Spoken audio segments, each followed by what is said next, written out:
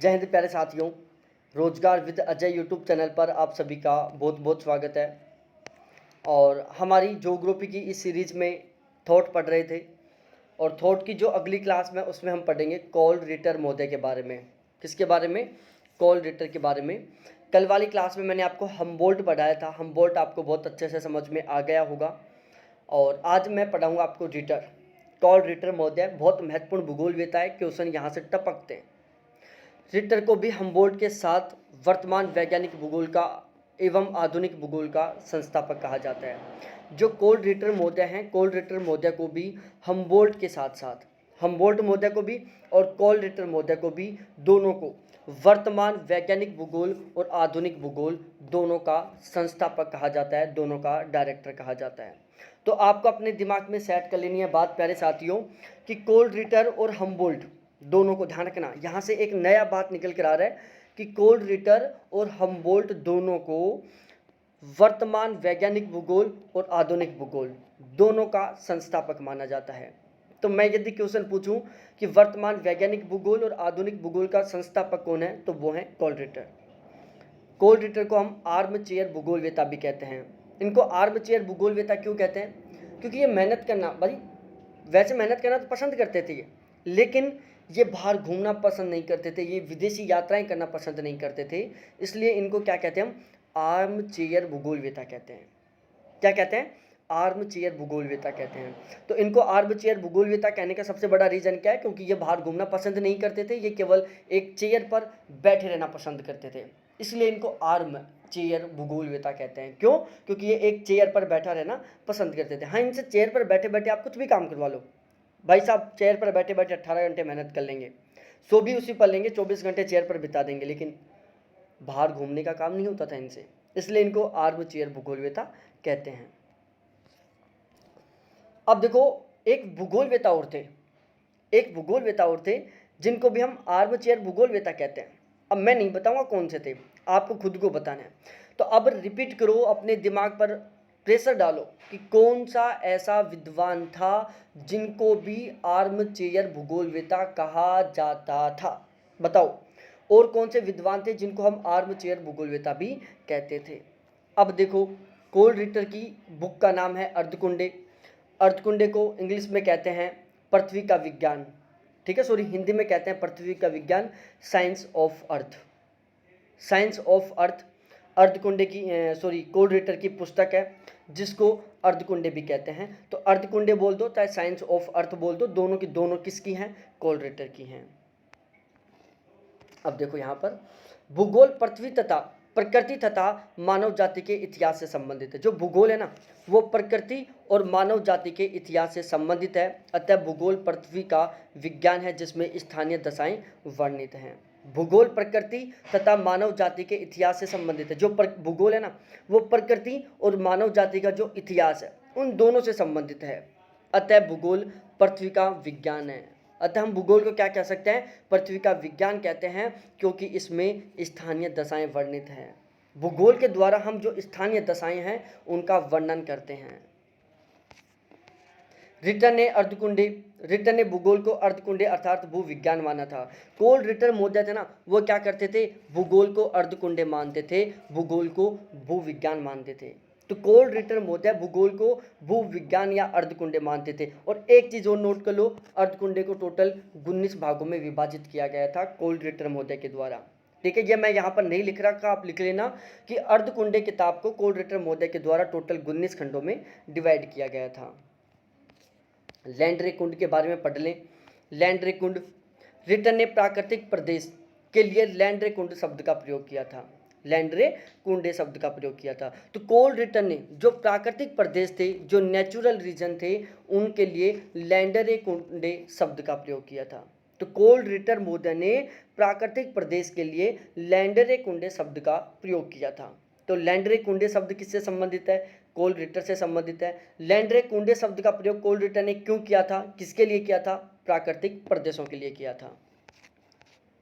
उसके बाद आता है डाई अर्धकुंडे। तो डाई अर्धकुंडे भी किसकी है? कोल रिटर की है। इस बुक में प्रादेशिक अवधारणा को अपनाया तथा मानव केंद्रित दृष्टिकोण पर बल दिया गया था। जो डाई अर्धकुंडे पुस्तक थी, कौन सी? डाई अर्धकुंडे, ध्यान रखना, डाई अर्धकुंडे बुक में प्रादेशिक अवधारणा को अपनाया गया तथा मानव केंद्रित दृष्टिकोण पर बल दिया गया। कोल रिटर की जो डाई अर्धकुंडे पुस्तक थी, इसमें प्रादेशिक अवधारणा को अपनाया गया, प्रादेशिक अवधारणा को एक्सेप्ट किया गया तथा मानव केंद्रीय दृष्टिकोण पर बल दिया गया। अब डाई अर्धकुंडे को 2 भागों में डिवाइड किया गया। देखो, जो अर्धकुंडे थी उसको 19 भागों में विभाजित किया गया। डाई अर्धकुंडे को 2 भागों में विभाजित किया गया। पहले भाग में अफ्रीका का वर्णन किया गया और दूसरे भाग में एशिया का वर्णन किया गया। तो अर्धकुंडे बुक को 19 पार्ट्स में 19 सब पार्ट्स में डिवाइड किया गया। वहीं डाई अर्धकुंडे को 2 भागों में डिवाइड किया गया। पहला भाग था जिसमें अफ्रीका का वर्णन किया गया और दूसरा भाग था जिसमें एशिया का वर्णन किया गया। तो ये बातें आप अपने दिमाग में भेजे में सेट कर लो। डाई अर्धकुंडे को 2 भागों में डिवाइड किया गया। पहले भाग में अफ्रीका का वर्णन, दूसरे भाग में एशिया का वर्णन। प्रादेशिक अध्ययन के लिए रिटर ने लैंड कुंड शब्द का प्रयोग किया था, ठीक है ना। जो प्रादेशिक अध्ययन था, जो रीजनल स्टडी थी, प्रादेशिक अध्ययन के लिए रिटर बोधन ने लैंड कुंड शब्द का प्रयोग किया था।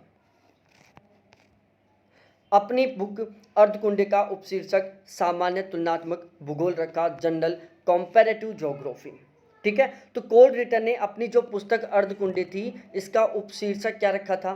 सामान्य तुलनात्मक भूगोल रखा था। तो कोल रिटर मोदन ने अर्धकुंडे पुस्तक का उपशीर्षक क्या रखा था? सामान्य तुलनात्मक भूगोल रखा था, जनरल कंपैरेटिव ज्योग्राफी रखा था। रिटर ने भौगोलिक अध्ययन की पद्धति को निगमनात्मक पद्धति कहा था, ठीक है। रिटर ने भौगोलिक जो अध्ययन पद्धति थी उसको निगमनात्मक पद्धति कहा था। रिटर ने भौगोलिक अध्ययन की पद्धति को निगमनात्मक पद्धति कहा था।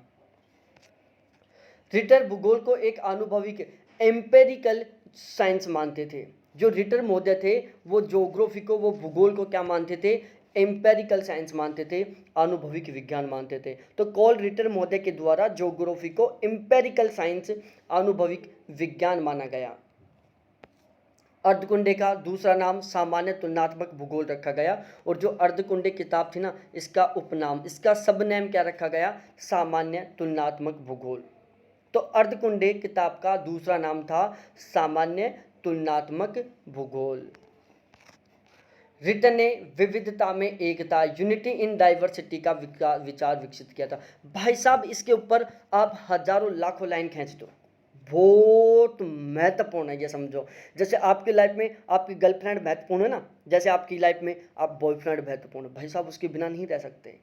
जब तक बातें नहीं होती तब तक ऐसा लगता है भाई आज का दिन तो अधूरा अधूरा है, आज तो कुछ हुआ ही नहीं, खाली खाली दुनिया लगती है, खाली खाली ज़िंदगी लगती है। ऐसा लगता है कि सब कुछ खाली है, कुछ है नहीं इस दुनिया में।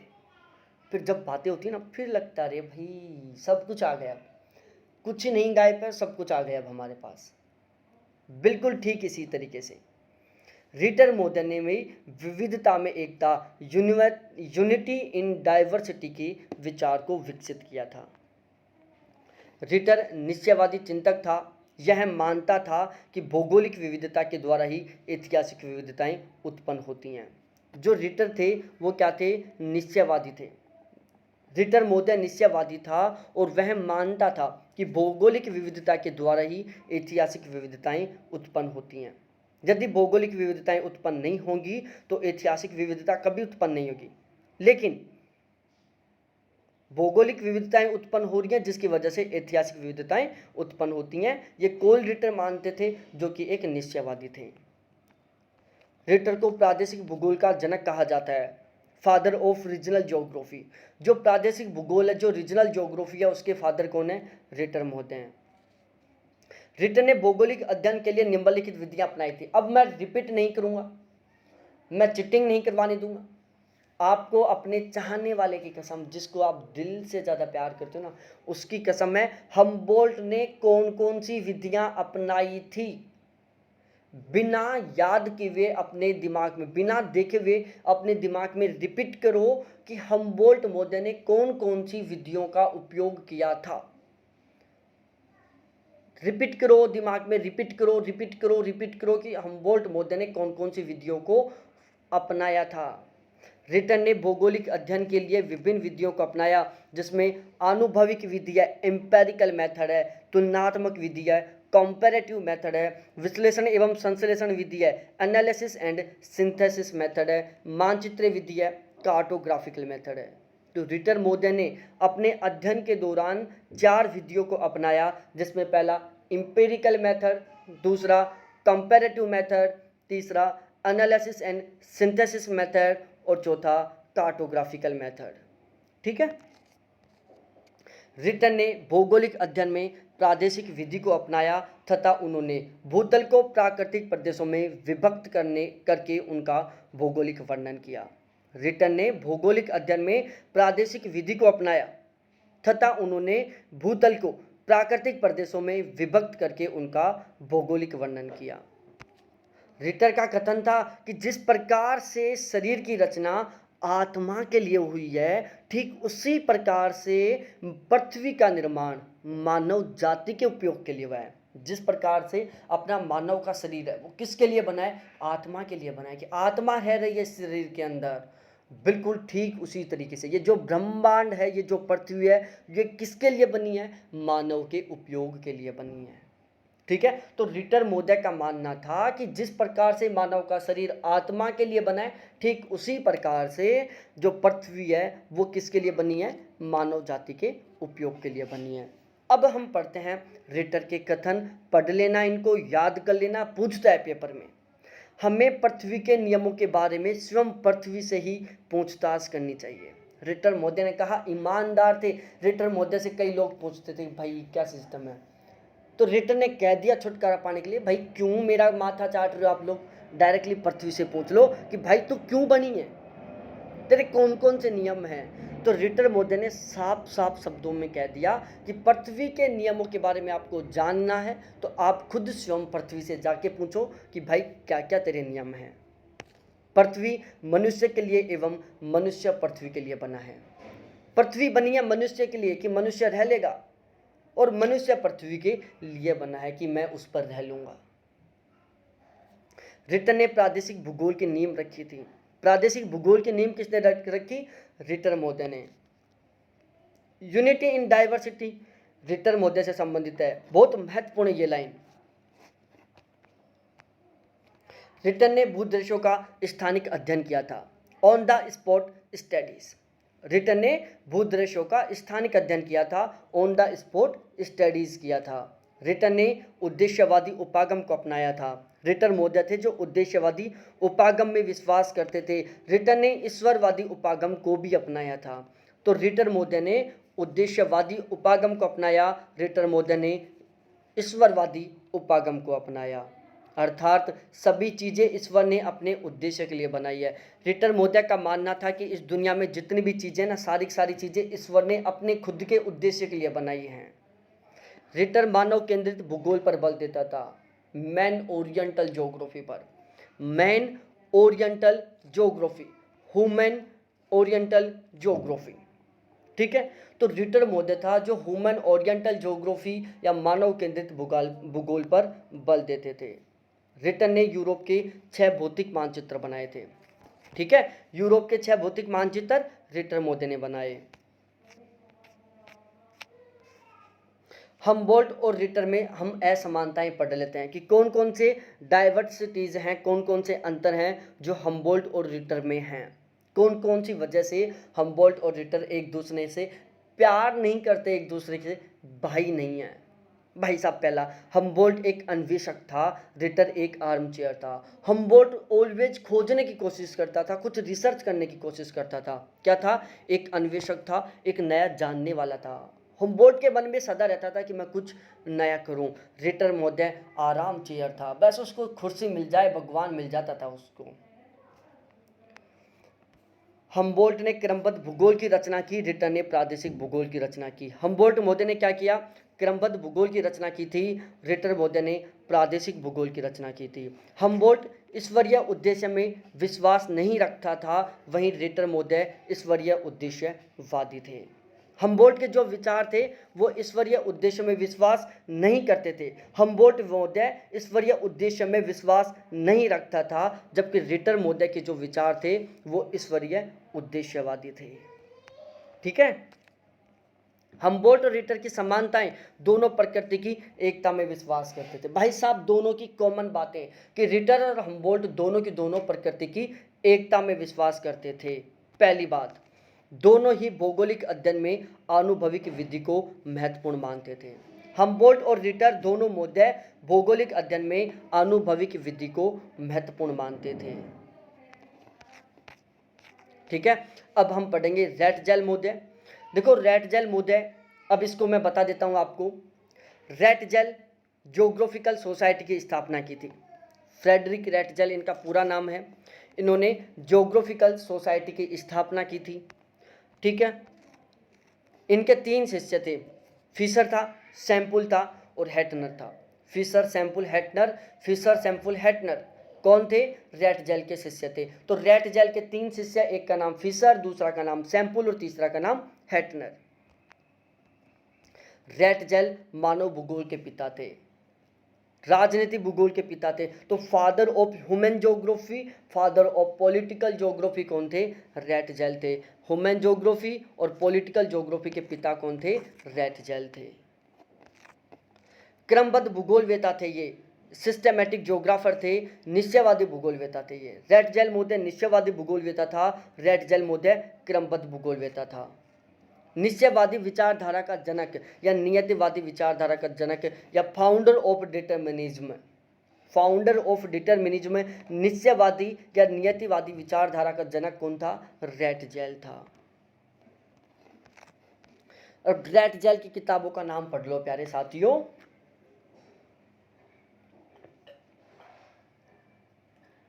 देखो कुछ कुछ भूगोलवेता हैं जिनको हमें बहुत अच्छे से पढ़ना चाहिए, जैसे रैटजेल है, हमबोल्ट है, रिटर है।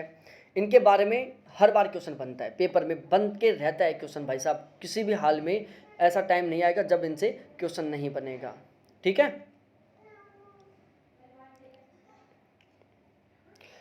एक बार मैं हेयर बैंड लगा लेता हूँ।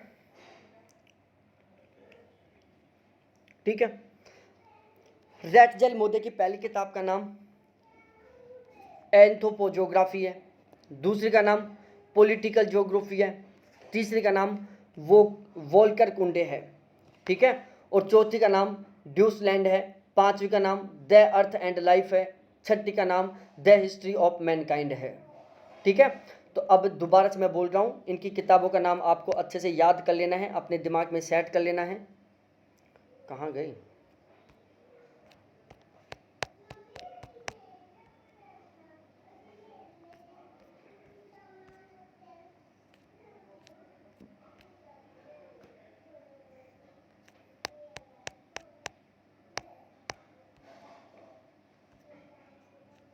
ठीक है,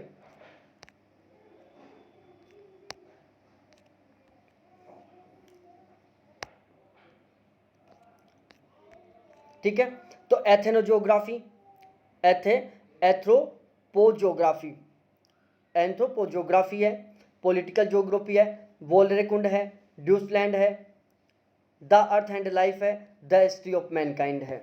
ठीक है, और भाई क्या हो रहा है ये?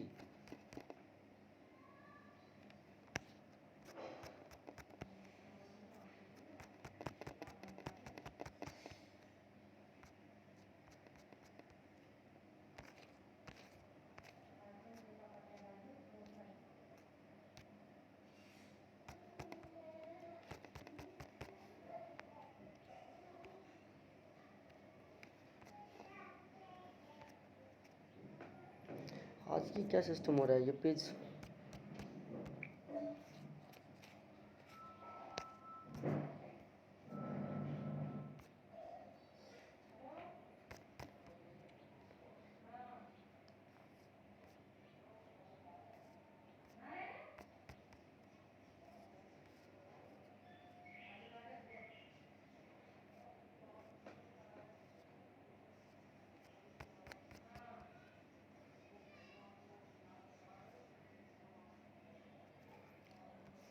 ठीक है, तो ये 6 की 6 किताब अच्छे से याद कर लेना।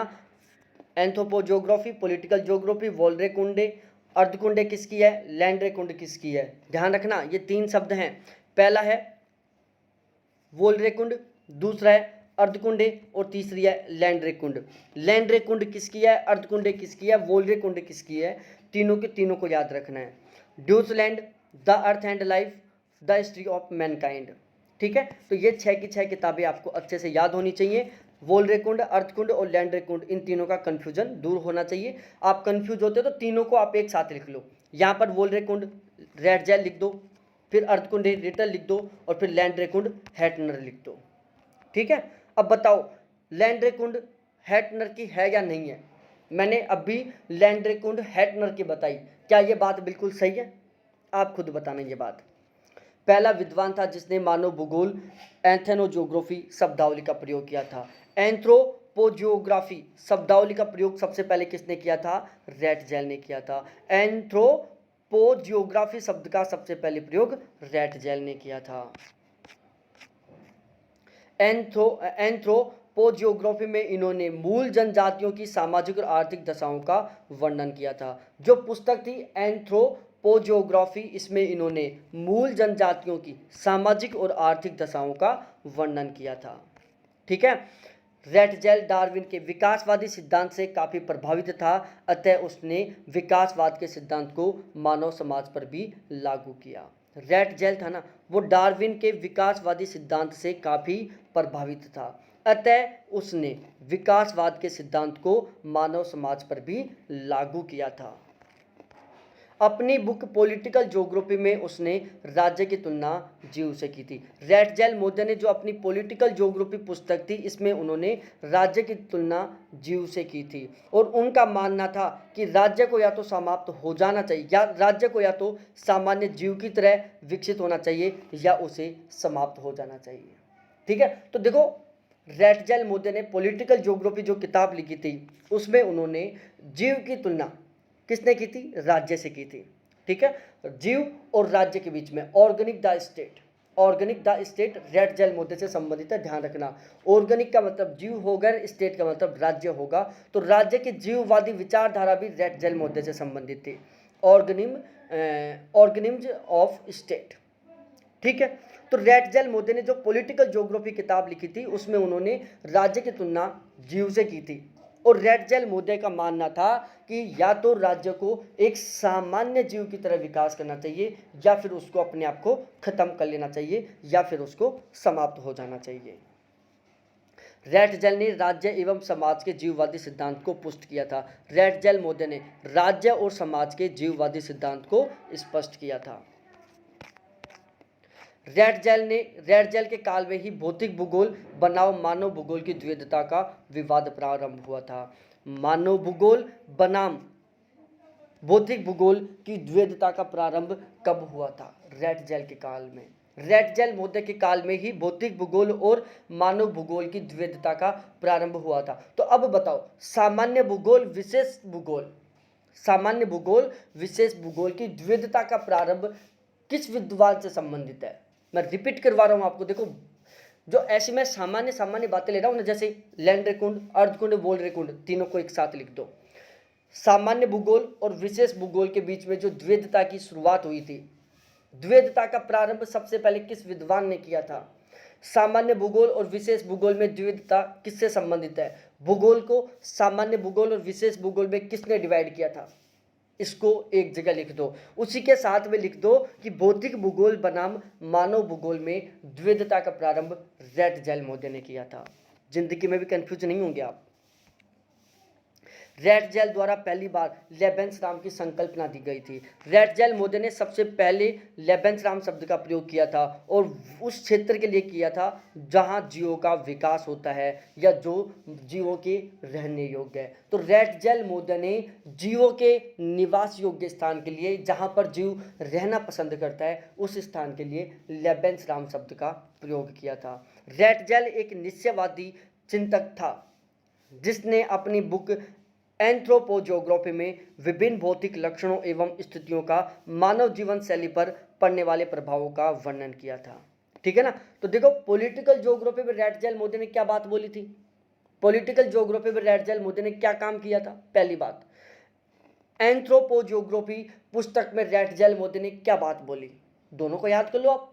एक साइड रैटजेल मोदी की जो पॉलिटिकल ज्योग्राफी है उसमें उन्होंने क्या बात बोली, एंथ्रोपोजियोग्राफी पुस्तक में इन्होंने क्या बात बोली, दोनों को आप आपस में लिख लो भाई। जहां जहां कंफ्यूज होता है, जिन जिन में कंफ्यूज होता है उनके एक साथ लिख लो, डाउट क्लियर। रैटजेल का मूल दर्शन भौतिक पर्यावरण में योगदान की उत्तरजीविता, survival of the fittest, Ratzel मोदी से संबंधित है। केवल ये शब्द याद कर लो, ऊपर की कोई लाइन मत याद करो, इनको मत याद करो, इस लाइन को आप केवल ये शब्द याद कर लो कि सर्वाइवल ऑफ द फिटेस्ट किससे संबंधित है? रैटजेल से संबंधित है। सर्वाइवल ऑफ द फिटेस्ट रैटजेल से संबंधित है। सर्वाइवल ऑफ द फिटेस्ट वाक्य की उत्पत्ति स्पेंसर द्वारा की गई थी। देखो, सर्वाइवल ऑफ द फिटेस्ट की उत्पत्ति किसके द्वारा की गई थी? स्पेंसर के द्वारा की गई थी। और सर्वाइवल ऑफ द फिटेस्ट की संकल्पना किससे संबंधित है? रैटजेल से संबंधित है। सर्वाइवल ऑफ फिटेस्ट किससे संबंधित है? रैटजेल से भी संबंधित है और स्पेंसर से भी संबंधित है। अब यदि क्वेश्चन बनता है कि सर्वाइवल ऑफ द फिटेस्ट किससे संबंधित है, तो वहां पर स्पेंसर और रैटजेल दोनों में से केवल आपको एक ही ऑप्शन देखने को मिलेगा। हाँ, यदि ये आता है कि सर्वाइवल ऑफ द फिटेस्ट की शुरुआत किसने की? स्पेंसर ने की। सर्वाइवल ऑफ द फिटेस्ट की संकल्पना का प्रतिपादन किसने किया? इसका मूल दर्शन किसने दिया? तो फिर रैटजेल आएगा। मानव एवं उसके विकास के लिए रैटजेल ने 3 कारकों को उत्तरदायी बताया था। रैटजेल मोदी ने मानव और उसके विकास के लिए 3 महत्वपूर्ण कारण माना थे। पहला था लेक, जिसको स्थिति बोलते हैं, सिचुएशन बोलते हैं। दूसरा आता है रम, जिसको स्पेस बोलते हैं, क्षेत्र बोलते हैं। और तीसरा होता है हेमन, जिसको हम लिमिट्स या फिर सीमाएं बोलते हैं। ठीक है, तो रैटजेल मोदी ने मानव के विकास के लिए 3 स्थितियां उत्तरदायी मानी। पहला लेग सिचुएशन स्थिति, दूसरा रम स्पेस क्षेत्र, और तीसरा रहमान लिमिट्स सीमाएं। ठीक है, रैटजेल का कथन था कि समान दिशाएं समान जीवन शैली को जन्म देती हैं। समान दशाएं समान जीवन शैली को जन्म देती हैं, रैटजेल ने कहा था। रैटजेल ने प्रकृति को सर्वोपरि माना था, अर्थात रैटजेल निश्चयवाद का समर्थक था। टेंशन मतलब ये डाउट क्लियर हो जाएगा, आपके दिमाग में आ रहा होगा सर निश्चयवादी क्या है, संभववादी क्या है। देखो, निश्चयवादी कौन थे, आगे मैं पढ़ाऊंगा डिटेल से। निश्चयवादी वो लोग थे जो प्रकृति को सब कुछ मानते थे। उनका मानना था कि भाई जो प्रकृति है ना वो सब कुछ है, मानव क्या है? प्रकृति का दास है। प्रकृति क्या है? राजा है। मानव क्या है? नौकर है। फिर आगे संभववादी, उनसे नहीं हुई ये बात सहन। उन्होंने बोला कि हद कर दी यार तुमने, इतना भी नहीं है प्रकृति में कुछ, हम समझाते हैं। सब कुछ मानव है, प्रकृति कुछ नहीं है। मानव स्वामी है, प्रकृति दास है। मानव राजा है, प्रकृति उसका नौकर है, बोल दिया संभववादियों ने। दोनों के बीच झगड़ा छिड़ गया। निश्चयवादी आए थे 19वीं शताब्दी में, 18वीं शताब्दी में संभववादी आए 19वीं शताब्दी में, और दोनों के बीच में विचारों को लेकर झगड़ा चल रहा था। निश्चयवादी प्रकृति को सब कुछ मान रहे थे और मानव को नौकर मान रहे थे। संभववादी मानव को सब कुछ मान रहे थे, प्रकृति को नौकर मान रहे थे। 18वीं 19वीं शताब्दी में दोनों के विचार आपस में टकरा रहे थे। 18वीं शताब्दी में उन्होंने विचार दे दिया, 19 में संभववादियों ने विचार दे दिया। 20वीं शताब्दी में कुछ लोगों से सहन नहीं हुआ कि तुम क्यों झगड़ रहे हो, तुम दोनों के दोनों गलत हो। और उन्होंने कहा नव निश्चयवाद में कि ना तो प्रकृति स्वामी है और ना ही मानव स्वामी है, ना प्रकृति दास है ना मानव दास है, ना ही प्रकृति सब कुछ ना ही मानव सब कुछ, दोनों एक दूसरे के बराबर हैं। दोनों के बीच में तालमेल बैठा दिया। किसने? नव निश्चयवादियों ने। नव निश्चयवादी विचारधारा कब आई, किसने दी, सारा डिटेल से हम आगे पढ़ेंगे। रैटजेल के अनुसार समान परिस्थितियां समान जीवन पद्धति की ओर लेके जाती हैं। समान परिस्थितियां समान जीवन पद्धति की ओर ले जाते हैं। मानव समुदायों को पर्यावरण में अस्तित्व बनाए रखने के लिए उसी भांति संघर्ष करना चाहिए जैसा कि पेड़ पौधे और जीव जंतु कहते हैं। रैटजेल मोदी का मानना था कि मानव समुदायों को पर्यावरण में अस्तित्व बनाए रखने के लिए उसी भांति संघर्ष करना चाहिए जैसे कि पेड़ पौधे और जीव जंतु करते हैं। रैटजेल का कथन था कि राज्य का जैविक विकास एक जीव की तरह होता है। राज्य का जो जैविक विकास है वो एक जीव की तरह होता है। इन्होंने कहा कि राज्य एक जीव जैसा है, स्टेट एज ए ऑर्गेनिज्म। राज्य एक जीव जैसा है, स्टेट एज एन ऑर्गेनिज्म, अर्थात रेट जेल ने जैविक राज्य की संकल्पना दी। स्टेट एज एन ऑर्गेनिज्म की संकल्पना किसने दी? रेट जेल ने दी। जैविक राज्य का सिद्धांत किसने दिया? रेट जेल ने दिया। ठीक है। विविधता में एकता की संकल्पना भी रेट जेल मुद्दे से संबंधित है। यूनिटी इन डाइवर्सिटी, देखो विभिन्नता में एकता, तो ध्यान रखना यूनिटी इन डाइवर्सिटी किससे संबंधित है? रिटर मुद्दे से संबंधित है। यूनिटी इन डिफरेंशिएटी ये किससे संबंधित है? रेट जेल से संबंधित है। तो यदि यहाँ पर डाइवर्सिटी आता है, यूनिटी इन डाइवर्सिटी, तो कोल रिटर मुद्दा होगा, और यदि यूनिटी इन डिफरेंसिटी होता है तो यहाँ पर रेट जेल आएगा। दोनों का इंग्लिश शब्द याद कर लेना। यूनिटी इन डाइवर्सिटी कोल रिटर से संबंधित है, यूनिटी इन डिफरेंसिटी ये रेट जेल से संबंधित है। Unity in diversity Ratzel, unity in diversity Carl Ritter, diversity Carl Ritter, तो unity in diversity Carl Ritter से संबंधित है। यूनिटी इन डिफरेंसिटी जो कि रेट जेल मुद्दे से संबंधित है। तो आज के हमने क्लास में पढ़ा रिटर और रेट जेल, दोनों आपको बहुत अच्छे से समझ में आ गए होंगे। यहाँ से जहाँ तक मेरे को लगता है हर बार पेपर में एक क्वेश्चन तो कम से कम आता ही है। दोनों को रट लो, एक क्वेश्चन आपका बिल्कुल कन्फर्म। ठीक है, ठीक है, किसी भी हाल में या एक क्वेश्चन आप गलत नहीं करेंगे। ठीक है, तो रिटर और रेट जेल मुद्दे आज के हमारे कंप्लीट। फिर हम पढ़ते हैं कल वाली क्लास में।